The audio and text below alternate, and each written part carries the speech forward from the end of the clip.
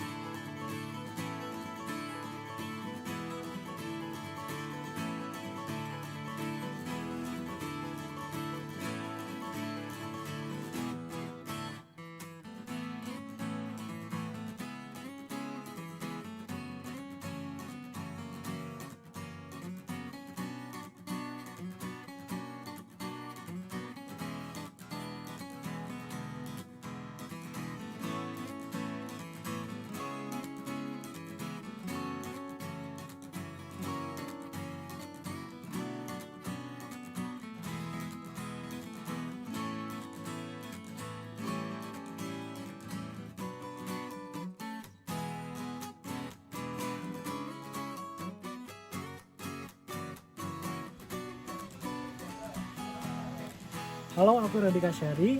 Hari ini aku ada di Gunung Padang. Dan hari ini kita bakalan explore dan ungkap hal-hal menarik apa aja yang ada di Gunung Padang. Penasaran? Ayo ikutin.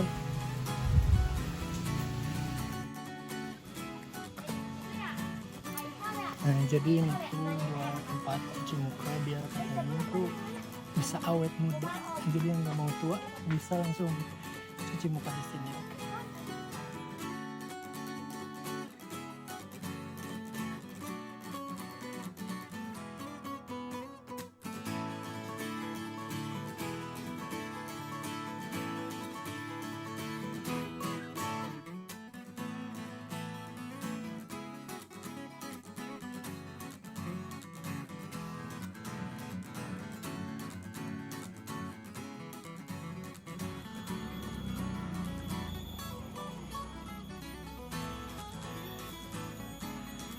Oke, jadi teman-teman kita udah sampai di situs Megalithicum Gunung Padang. Kita ini baru mau naik ke atas. Ini udah bisa terlihat bongkahan-bongkahan batunya yang tersusun menjadi anak-anak tangga yang nantinya sampai ke atas tempat Gunung Padang itu berada. Nah, Gunung Padang itu sendiri merupakan situs Megalithicum terbesar se-Asia dan tertua di dunia. Luasnya sekitar 9.000 meter persegi. Astagfirullahaladzim, Gusti. Lumayan, aduh Gusti. Lumayan asli ini mah. Pokoknya kalian yang belum mandi nggak apa-apa, jangan dulu mandi. Pokoknya kalau misalkan kalian kesini pasti mandi keringet. Lumayan jalan dari bawah. Naik tangga-tangga yang batu-batu asli. Ini batu asli yang sama, persis sama seperti yang nanti bakalan kita lihat di atas ya. Oke, pokoknya bakalan amazing banget. Pokoknya tetap ikutin kita, oke? Guys, hampir sampai guys. Hampir sampai. Pokoknya mah anak muda harus olahraga. Jangan seperti saya.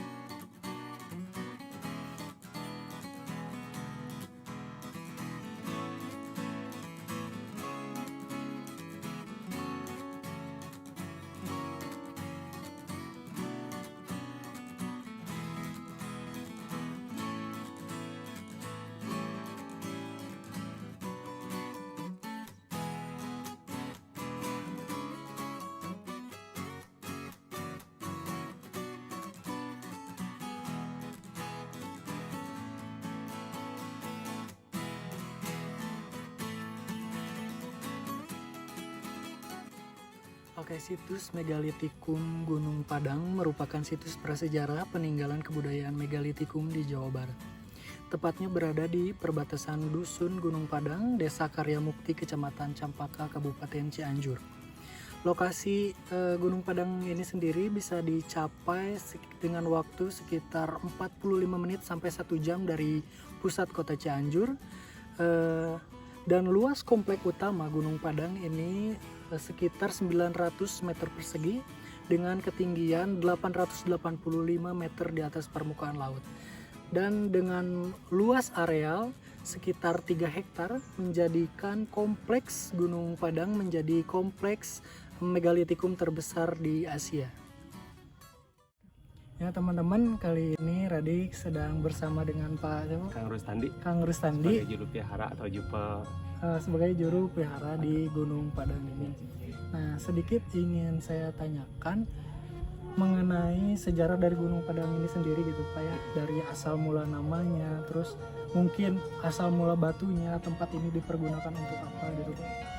Oh gitu ya, boleh. Emang kalau melihat kepada secara cerita folklore atau cerita turun-temurun masyarakat sekitar, bahwa sebenarnya tempat ini atau lokasi ini atau situs ini bukan sekedar tempat rekreasi, tapi salah satu tempat keramat atau tempat yang dikeramatkan. Jauh ke belakang sebelum istilah ada namanya tempat wisata gitu ya, sebenarnya sudah banyak orang yang datang ke tempat ini, tetapi bukan cuman jalan-jalan atau sekedar foto, tapi mereka yang akan melakukan tirakat atau semacam bertapa, berdoa, atau istilahnya tempat berziarah lah. Karena tempat ini sendiri secara cerita turun-temurun bahwa sebagai tempat keramat atau tempat yang dihormati. Nah, situs ini kalau di sejarah pertama tercatat itu pada tahun 1891 oleh Verbeek orang Belanda. Lalu dilanjutkan Enjekrum pada tahun 1914 dulu dalam keadaan tertutup oleh semak belukar. Nah dulu itu situs ini oleh Verbeek dan Enjekrum belum dikaji atau diteliti secara intensif bahwa ini apa, tetapi ini baru diperkirakan menurut beliau itu bahwa ini sebagai makam atau kuburan, karena di teras 3 ada lokasi persis semacam kuburan bentuk persegi gitu. Akhirnya pada waktu itu tempat ini oleh Verbeek dan Enjekrum dibiarkan begitu saja, hampir akhirnya sampai ditinggalkan.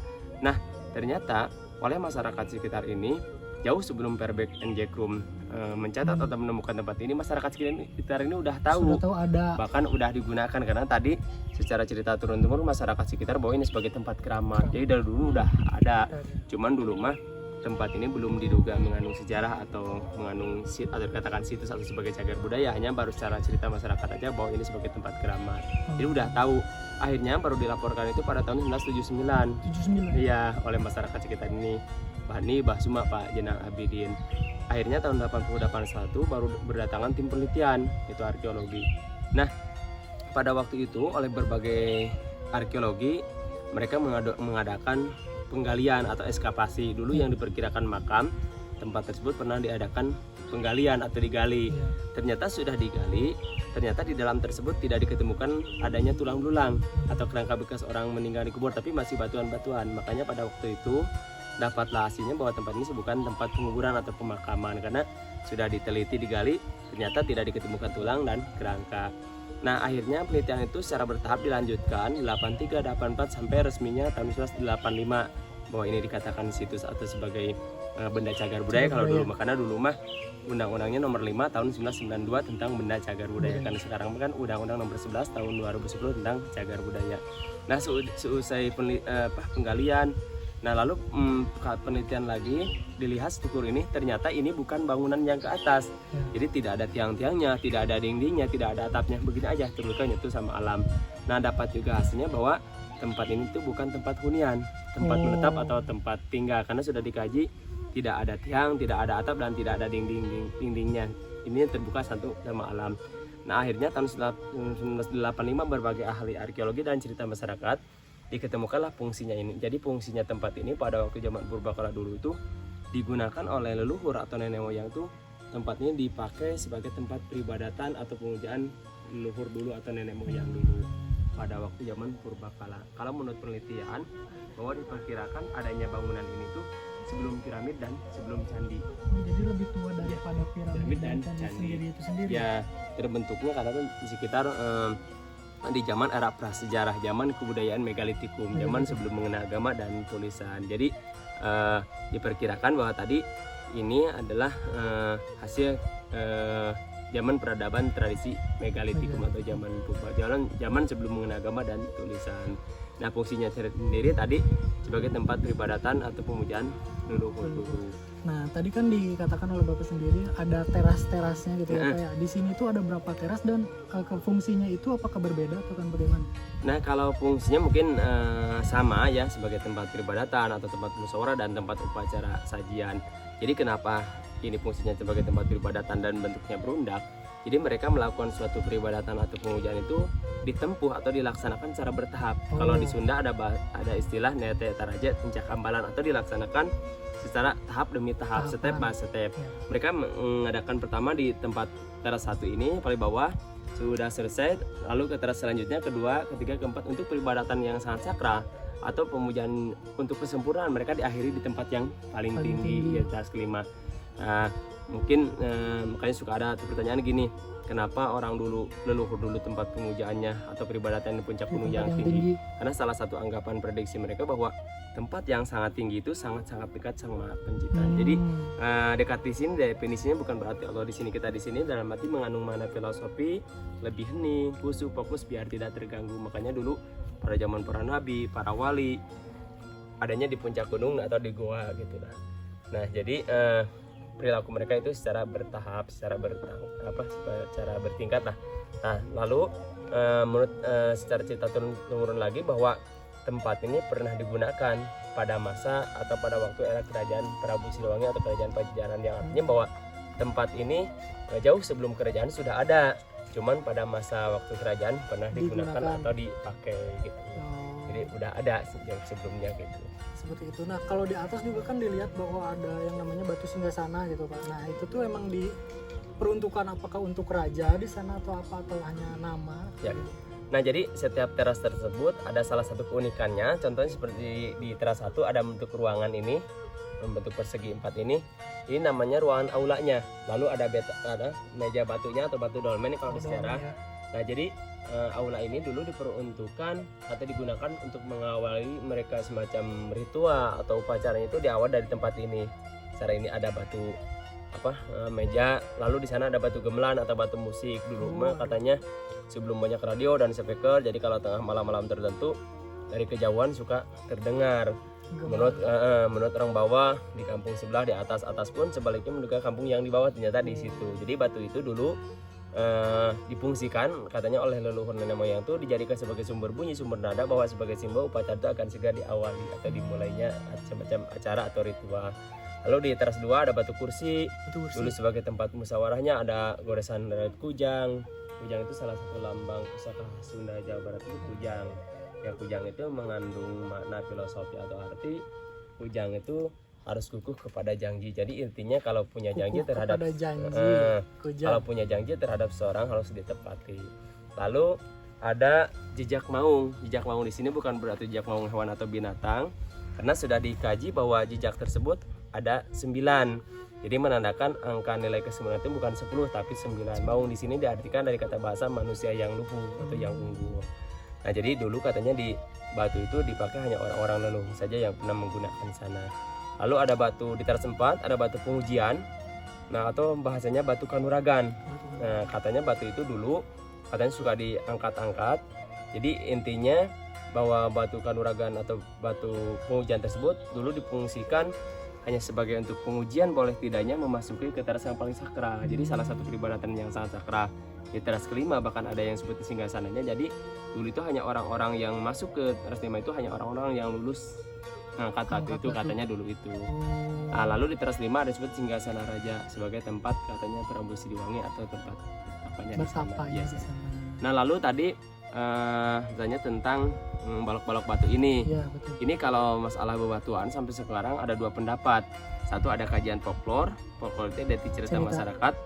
Lalu ada kajian arkeologi. Jadi kalau menurut cerita masyarakat bahwa balok-balok batu ini dulu diperkirakan diambil dari sekitar timur sana. Dulu ada nama tempat Gunung Batu, lalu ada nama Kampung Ciukir. Nah, Kampung Ciukir tersebut katanya dulu diperkirakan tempat pengukiran batu-batu ini di sana, karena pada waktu itu sebelum dijadikan lahan pemukiman pesawahan, di area tersebut diketemukan serpian-serpiannya atau yang tipis-tipisnya. Nah, bahkan balok-balok ini di sana ada. Jadi batu-batu Ya. yang mirip di sana. Lalu di sebelahannya ada nama Kampung Empang. Dulu ada semacam danau atau semacam kula atau semacam apa namanya empang lah gitu ya. Empang tersebut katanya dulu difungsikan untuk pencuciannya. Jadi sudah diukir lalu dibasuh dulu di empang tersebut, lalu dipindahkan ke sini lalu ditata atau disusun. Jadi kalau dicerita masyarakat bahwa ini dulu batunya dibuat dulu gitu ya, lalu dibasuh, lalu dipindahkan sini, lalu ditata. Nah, kalau versi arkeologi, menurut pendapat mereka bahwa batu-batu ini atau balok-balok ini bukan diukir atau bukan dibuat, tetapi katanya terbentuk secara proses alamiah. Dulu sekitar Gunung Padang ini sendiri terjadi gunung api purba. Jadi si larvanya itu membeku kayak es, lalu terbentuk oleh kolumnar join. Jadi retak-retak.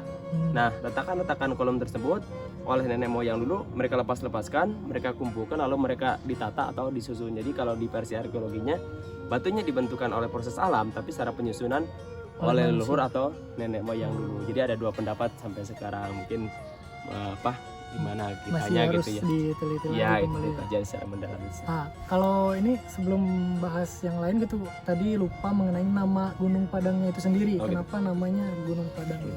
Ya, Gunung Padang di sini bukan berarti Gunung Padang orang yang membuatnya orang Padang atau batu-batunya dari Padang. Nah, Gunung Padang kalau menurut bahasa artinya bukit yang besar atau tempat yang tinggi. Padang itu diambil dari bahasa Sunda atau Jawa yang artinya caang, terang atau cahaya. Kalau di Mekah ada yang dinamakan tempat Jabal Nur. Itu pakai bahasa Arab. Jabal artinya gunung, Nur itu cahaya. Di sini Gunung Padang itu bukit cahaya gitu.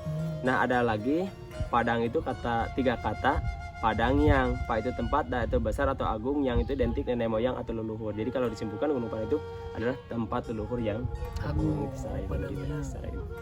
Ya, gitu. Mungkin cukup seperti itu ya, Ya, Pak. Terima kasih atas sama-sama. banyak penjelasannya. Ya, sama-sama. Terima kasih. Terima kasih, Pak.